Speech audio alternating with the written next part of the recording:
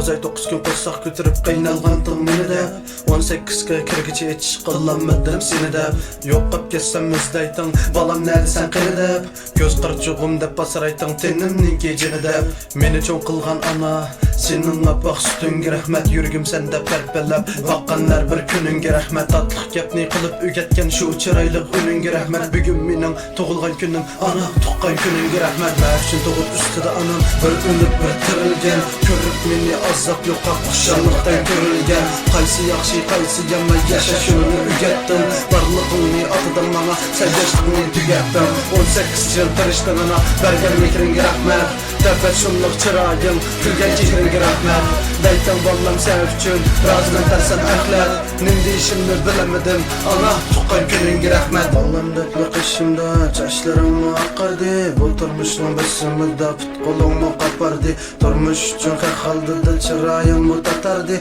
Qoynum beklekenken anam işlap atardı Vallam döklü qışımda çaşlarımı aqardı Bu turmuşun besimida put qolummu qapardı Turmuş üçün xəxaldı da çırayımı tatardı Qoynum beklekenken anam işlap atardı Qiyinchilikli kelsi boshqa doim bulton qalqan Turmush uchun bizni deb qaparg'anda olqan Xushalliqni ata qilib o'zing dardni qalgan So'rsam hech bo'lmadi deyting bilimi hammasi yolg'on Men nomardlik boqmadim qinim bo'g'ach qinimda Hech bir ishdan g'am qilmaydim sen bo'g'ach qiyinimda Mehr bilan boqmam meydi mehrim bo'g'ach tenimda Qancha go'zal ko'rdim ammo sendek go'zal yo'qsin unda Taqdir ko'rsat bergin menga xushal qilay onamni Yaxshilikni ko'rsat menga ko'rsatmagi yomonni Senden butunay o'zgartgin mehr yo'q bu zamonni İltifat qil taqdir menga onamdek bir janonni Tuqqan kunim tug'ilgan kunim men oxirni tuqqan kunim Bugun safchi yag'rar kuyim tutib ketsin mayli unim Tuqqan kunim